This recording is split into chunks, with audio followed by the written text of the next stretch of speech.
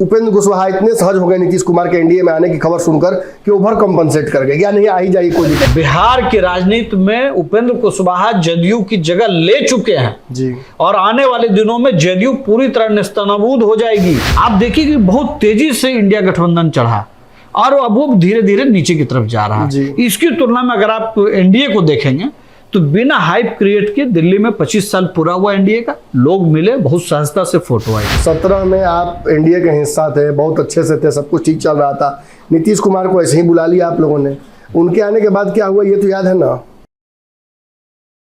नमस्कार, भारत लाइव देख रहे हैं आप।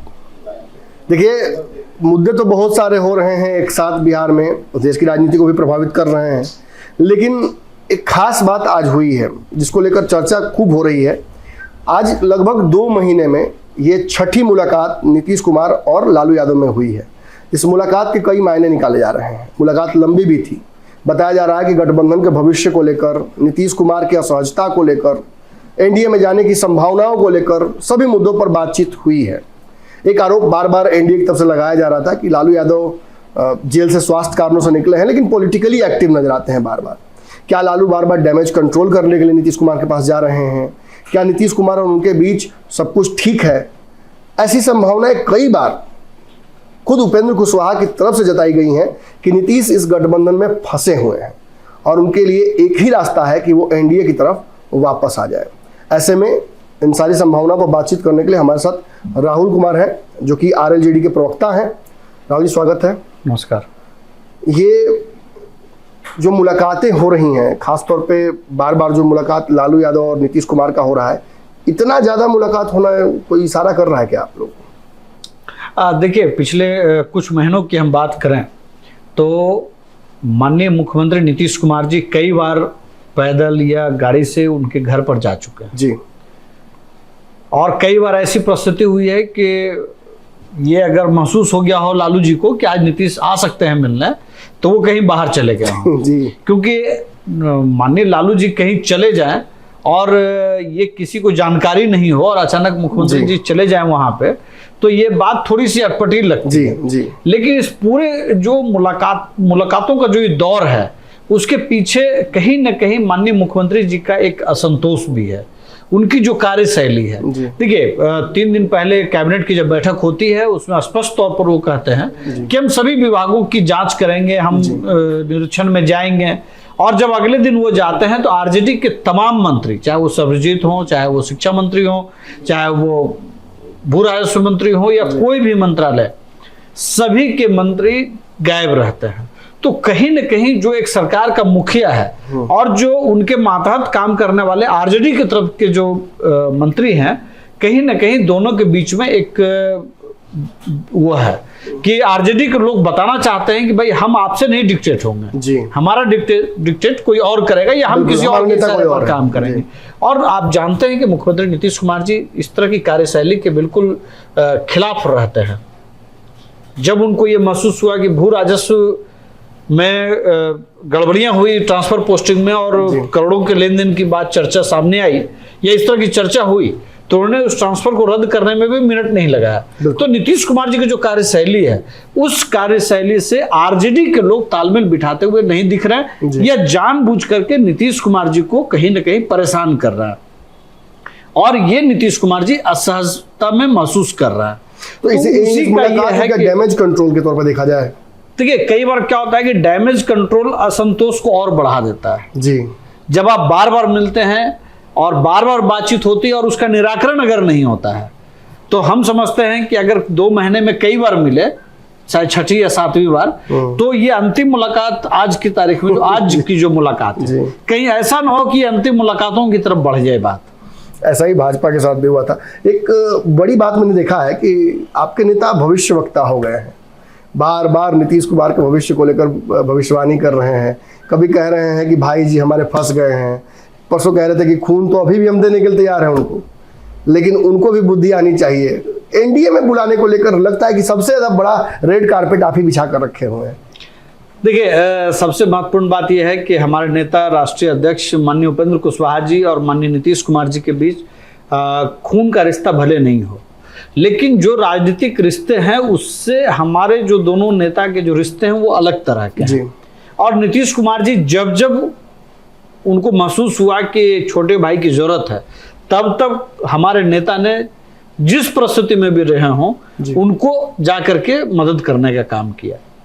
तो वो जो प्रेम है वो है, और वो प्रेम इसलिए भी उमड़ रहा है इस आज की तारीख में क्योंकि पिछले 1 साल या 1.25 साल में जो गठबंधन का जो राजनीति हुआ है उससे कहीं ना कहीं नीतीश कुमार जी आहत और प्रभावित हैं और उनके स्वास्थ्य पर भी असर पड़ रहा है। तो हमारे जो नेता हैं बतौर छोटे भाई उन्होंने ये चिंता प्रकट किया कि आप जहां पर हैं वो राजनीति आपसे जबरन कराया जा रहा है, आप उस मूड के उस मियाज के नहीं हैं। और ये बात तो नीतीश कुमार जी भी राष्ट्रीय कार्यकारिणी की बैठक में कही कि पार्टी को कुछ लोग संचालित कर रहे हैं और उन्होंने ये तय किया कि वहां जाना है। तो ये जो दुख है और उस दुख का जो असर नीतीश कुमार जी के स्वास्थ्य पर पड़ रहा है, तो अगर हम राजनीति करते हैं तब भी अगर बड़े भाई की तबीयत ठीक नहीं हो तो बात तो होनी चाहिए, और अगर तबीयत ठीक कहीं जाने से हो तो हम समझेंगे कि अगर वहां वो जाए तो और अच्छी बात। आपकी चिंता हम समझ में आ गई, लेकिन आपको अपनी चिंता भी होनी चाहिए। 17 में आप एनडीए के हिस्सा थे, बहुत अच्छे से थे, सब कुछ ठीक चल रहा था। नीतीश कुमार को ऐसे ही बुला लिया आप लोगों ने, उनके आने के बाद क्या हुआ ये तो याद है ना। देखिए राजनीति में बहुत सारी चीजों के मायने मतलब होते हैं, लेकिन निजी रिश्तों में, खून के रिश्ते में और प्रेम सद्भाव में बहुत सारी चीजों को छोड़ना पड़ता है। देखिए एक जनरल परसेप्शन बन रहा है, इसी का हिस्सा है। एक जनरल परसेप्शन बन रहा है कि उपेंद्र कुशवाहा इतने सहज हो गए नीतीश कुमार के एनडीए में आने की खबर सुनकर कि ओवर कंपनसेट कर गए, या नहीं आ ही जाएगी कोई दिक्कत नहीं, ऐसी कोई बात नहीं। ये कुछ लोग हमारे नेता को और माननीय नीतीश कुमार जी को कहीं न कहीं बदनाम करने या उनको राजनीतिक तौर पर नुकसान पहुंचाने के मकसद से इस तरह के कुचक्र वाली बात करते हैं। ऐसी कोई बात नहीं है। आज बिहार के अंदर माननीय नीतीश कुमार जी ने जब से उन्होंने जो नमन यात्रा उन्होंने किया और जो रिस्पांस लोगों का मिला, खास करके लवकुश समाज का और अति पिछड़ा समाज का, वो रिस्पांस बताता है कि नीतीश कुमार जी का फैसला गलत था। और वो रिस्पांस ये भी बताता है कि माननीय उपेंद्र कुशवाहा जी ने उस बागडोर को पकड़ लिया है। और अब बिहार के अंदर अकेली एक ऐसी पार्टी है जदयू जो पिछले 1 साल के अंदर लगातार टूट रही है, चाहे वो आरसीपी जी हो, माननीय उपेंद्र कुशवाहा जी हो, आरा की सांसद रह चुकी मीना जी हो, या मोनाजिर हसन जी हो, या रणवीर नंदन जी हो, या राइस मिल एसोसिएशन के अध्यक्ष राजू गुप्ता जी हो। इस तरह के 1 दर्जन नाम है। और मैं ये दावे के साथ कह सकता हूँ कि इसमें कई साथी आ चुके हैं आरएलजेडी में और कई साथी आने वाले दिनों में जुड़े। बड़ा चौंकाने वाला था, आपके नेता बयान देते हैं और 1 घंटे बाद रविंद्र ने इस्तीफा देते हैं। देखिए मैं यही बात आपसे कहना चाह रहा हूं कि जिन लोगों को यह लगता है कि इस बार उपेंद्र कुशवाहा ठगा जाएगा, बिहार की राजनीति में उपेंद्र कुशवाहा जदयू की जगह ले चुके हैं और आने वाले दिनों में जदयू पूरी तरह नेस्तनाबूद हो जाएगी और एक ही विकल्प लवकुश समाज के सामने दिखाई पड़ेगा, अति पिछड़ा समाज के सामने दिखाई पड़ेगा। वह माननीय उपेंद्र कुशवाहा जी के नेतृत्व में बनी पार्टी राष्ट्रीय लोक जनता दल। आपके नेता के जदयू से निकलने के बाद एक याद होगा मैंने भी खबर की थी, मैंने कहा था कि अशोक चौधरी का अगला नंबर हो सकता है, और ललन सिंह और उनके बीच जो विवाद परसों हुआ है, इसे कैसे देखती है आपकी पार्टी? देखिए पार्टी के अंदर आप बहुत एक मजेदार कहानी है। आप कहते हैं कि भाई उपेंद्र कुशवाहा जी का क्या होगा, मुझे तो चिंता है कि माननीय नीतीश कुमार जी का क्या होगा। इसको आप ऐसे समझिए, लालू परिवार अगर आज सबसे ज्यादा परेशान किसी चीज से है वो क्या है? जेल यात्रा, इनकम टैक्स, ईडी या इस तरह के जो मामले हैं, ये फाइल कौन पहुंचाया? नीतीश कुमार जी ने या नीतीश कुमार जी के कैंप ने? तो लालू जी किस जन्म में बदला लेंगे? इसी जन्म में लेना है। वो सट करके पैरासाइट की तरह उसके साथ सट गए हैं और धीरे धीरे लालू जी जितने अच्छे कर्म किए नीतीश कुमार जी ने सबको एक तरफ से खाना शुरू कर दिया है। और जिस तरह से जंगल राज, भ्रष्टाचार और पैसे का, क्राइम का मामला है बिहार के अंदर, वो दिखाता है कि नीतीश कुमार जी ने जो छवि पिछले 18 साल में बनाई वो एकदम से धराशायी हो रहा है। दूसरा, ललन सिंह जी का वो बयान आप याद रखिए, पेट में दांत है और मैं ही इसका डॉक्टरी करूंगा और इसी का मैं इलाज करूंगा। तो कई बार आपको याद रखना पड़ता है कि जो धोखा देकर के निकला है, अगर वो वापिस आता है तो वो आपको बचाने नहीं आता है, वो आपको खाने या बर्बाद करने आता है। मैं जदयू के लोगों को मैं आज भी सतर्क करना चाहता हूं कि जिस भाषा में कार्यकर्ताओं से ललन सिंह जी बात करते हैं जी, वो किसी भी डेमोक्रेटिक सिस्टम में किसी पार्टी के कार्यकर्ता और नेता के बीच में संवाद नहीं होता है। और ये संवाद इस भाषा में सिर्फ इसलिए हो रहा है ताकि वो नीतीश कुमार जी के जो पेट के दांत हैं, जिसका दावा ललन सिंह जी करते रहे, उसका वो इलाज कर सके। तो वो इलाज आप देखिए, जो उनके मानसिक शारीरिक स्वास्थ्य पर जिस तरह से असर पड़ रहा है।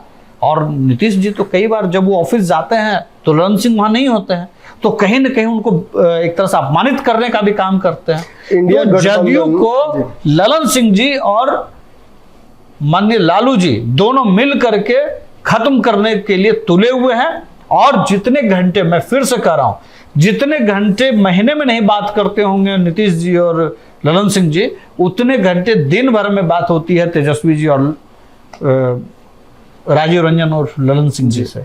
आपके नेता और आपने भी, मैं हमारे चैनल पर याद है मुझे, बयान दिया था ये कि ये इंडिया गठबंधन का भविष्य नहीं है। अगर नीतीश कुमार के आसपास अगर बनाने की बात चल रही है तो वो भी संभव नहीं है, नीतीश यहाँ से भी पलट सकते हैं। अब ऐसी परिस्थितियाँ बन रही हैं, भोपाल वाला रैली कैंसिल हो जाना, दिल्ली नहीं भेजना ललन सिंह को। बहुत कल तो खबर आई कि एक सरकारी कर्मचारी इंडिया लिख रहे थे अंग्रेजी में, उस पर नीतीश जी नाराज हो गए। ये संकेत क्या है? क्या इंडिया गठबंधन का भविष्य नहीं दिख रहा है? देखिए, पहले तो अशोक चौधरी जी वाली बात एक लाइन में कि जो लंबी फेरिस्त बनी है जदयू टूटने में, बहुत संभव है कि अशोक चौधरी जी अगले व्यक्ति हों जी, और हो सकता है कि नीतीश जी के जो इर्द गिर्द लोग हों उसमें से कई लोग हों जी। दूसरी बात कि अशोक चौधरी जी का मैंने जिक्र दोबारा में इसलिए कर दिया क्योंकि जिस इंडिया गठबंधन की बात आप कर रहे हैं, जिसको हम लोग तथाकथित घमंडिया गठबंधन बोलते हैं, उसके अंदर कहीं से भी एकता या एकाकार तरीके से चलने का या सहज भाव में एक दूसरे के ईगो को बर्दाश्त करने या ईगो नहीं दिखाने की जो कोशिश हो, वो प्रयास कहीं आपको नहीं दिखेगा। आम आदमी पार्टी के नेता जिस तरह से बयानबाजी कर रहे हैं पंजाब और केरल, दिल्ली को लेकर के, संसद में, लोकसभा में नेता है कांग्रेस के, वो जिस तरह से स्पेन यात्रा ममता बनर्जी ने जो किया उस पर जिस तरह का बयान आ रहा है, या सीपीएम के लोग जिस तरह से कर रहे हैं, या नीतीश कुमार जी, लालू जी के अंदर जिस तरह से बैठकों का दौर चल रहा है, और ये माना जा रहा है कि ये भी चर्चा है कि नीतीश जी नाराज हैं, बेहद नाराज हैं सीटों को लेकर के, बहुत सारी चीजों को लेकर के। तो जो ये पूरी कार्यशैली है, आप देखिए कि बहुत तेजी से इंडिया गठबंधन चढ़ा और अब वो धीरे धीरे नीचे की तरफ जा रहा है। इसकी तुलना में अगर आप एनडीए को देखेंगे तो बिना हाइप क्रिएट किए दिल्ली में 25 साल पूरा हुआ एनडीए का, लोग मिले, बहुत सहजता से फोटो आई जी। कोई 5 स्टार होटल और वहां पे लाखों रुपए की चाय और खाना का काम नहीं किया गया, और किसी का मुंह नहीं फूला, न नीतीश जी टाइप से किसी का मुंह फूला, न केजरीवाल जी जैसा। सारे लोग एक जगह पर आए और चचा भी रहे तो भतीजा भी रहे जी। और देखिएगा जो विवाद शुरू में दिखाने की कोशिश की वो भी धीरे धीरे अब खत्म हो रहा है, और अब 1 by 1 सभी नेताओं से बात हो रही है, सब लोगों के बीच सौहार्दपूर्ण स्थिति बन रही है। इसकी तुलना में इंडिया जो है या घमंडिया जो है वो लगातार बिखराव की तरफ बढ़ चुका है। तो हम लोग इस बात को जानते थे, समझते थे, जो पूरा इंडिया का कैरेक्टर है वो सिर्फ भ्रष्टाचार, परिवारवाद और अपराध आधारित है। अगला सवाल मेरा इसी से, आपने सीट बंटवारे की बात की, एक खबर बार बार आ रही थी कि सीट बंटवारे को लेकर एनडीए में कोई चर्चा नहीं हो पा रही है स्थायी तौर पे या कोई पुख्ता तौर पर। हमने देखा कि कल आपके नेता की मुलाकात हुई है अमित शाह जी से, क्या इसे सीट बंटवारे की तरफ बढ़ा हुआ कदम देखें, कैसे देख रहे हैं इसे? देखिए, मुझे लगता है कि जब हम लोग एनडीए में गए थे उसके पहले ही कई दौर की बातचीत हुई थी और बहुत सकारात्मक बातचीत हुई है। कल की जो बातचीत है ये इसी प्रोसेस का हिस्सा है।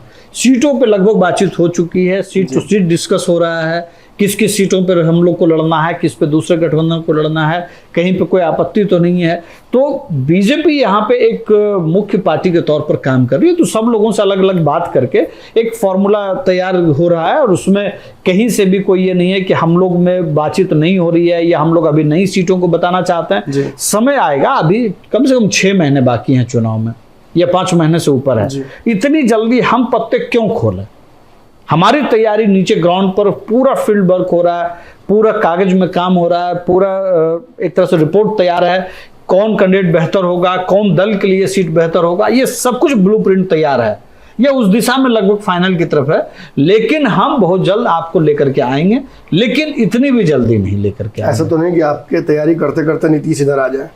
आपका समीकरण फिर गड़बड़ा जाए। फिर वही बात मैंने आपको क्या कहा कि नीतीश कुमार जी की वो ताकत अब नहीं रह गई है जो ताकत पहले हुआ करती थी।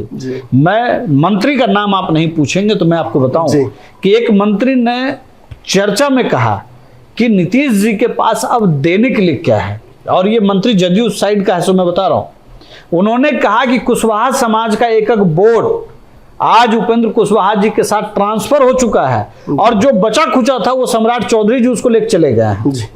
ठीक है, तो जब जदयू का ये मंत्री जब ये बात सुन रहा है और समझ रहा है, ये बोल रहा है, तो तय बात है कि जदयू के अंदर जो निराशा और घबराहट है, ये जो पिछले 1 साल से नेता छोड़ रहे हैं, ये बीजेपी क्यों नहीं लोग छोड़ रहा है जी, ये और कोई पार्टी को क्यों नहीं छोड़ रहा, जदयू ही क्यों टूट रही है? इन सारे सवालों का जवाब जो आपका है वो आएंगे। नीतीश कुमार जी अगर आते हैं तो हम उनके बेहतर स्वास्थ्य की कल्पना करते हुए उनको बेहतर स्वास्थ्य की शुभकामनाएं देंगे। देखिए, जिस साफगोई के लिए राहुल जाने जाते हैं, राहुल कुमार, उन्होंने यही किया। आज भी बहुत स्पष्टता से आपको वो सारी बातें बता दी, क्या चल रहा है एनडीए में, क्यों मुलाकात हुई अमित शाह और इनके नेता के बीच में। नीतीश कुमार को लेकर भी बहुत इंक्लूसिव रहा है इनका नेचर अब तक। आज भी वही कह रहे हैं कि बेहतर स्वास्थ्य की कामना करते हैं, हमें ज़्यादा स्वास्थ्य की चिंता है उनको। उनकी जदयू का जो भविष्य है वो तो बहुत पहले ही उपेंद्र कुशवाहा ने कह दिया, और जो वो कह रहे हैं वही लगभग आगे चल के जदयू के साथ हो रहा है। अब आगे क्या कुछ होता है, जदयू का भविष्य क्या है, उस पर हमारी नज़र रहेगी। आपकी नज़र भारत लाइव पर होनी चाहिए। धन्यवाद। धीरे धीरे से मेरी जिंदगी में आना, धीरे धीरे से दिल को चुराना। नमस्कार, मैं अनुराधा पौडवाल 26 नवंबर को पैनोरामा स्टार सीजन 6 के कार्यक्रम में पूर्णिया बिहार आ रही हूँ। मुझे पैनोरामा ग्रुप के निर्देशक संजीव मिश्रा जी ने बुलाया है, तो हम सब मिलते हैं पैनोरामा ई होम्स में शाम 7 बजे। नमस्कार। अगर ये वीडियो पसंद आई और वह बिहार के राजनीति और बिहारियत से सरोकार रखेनी तो सब्सक्राइब बटन दबा के चैनल के सब्सक्राइब कर ली। ओजे एगो घंटी बा, ओकरा बटन दबा देला से कुल सटीक और मारक खबर रुआ मुफ्त में मिल जाई। अगर रुआ पत्रकारिता के हमनी के नया प्रयोग में सहयोग कर चाहतानी तो ज्वाइन बटन दबा दी। पेटीएम नंबर नोट कर ली 9386 816 700। धन्यवाद।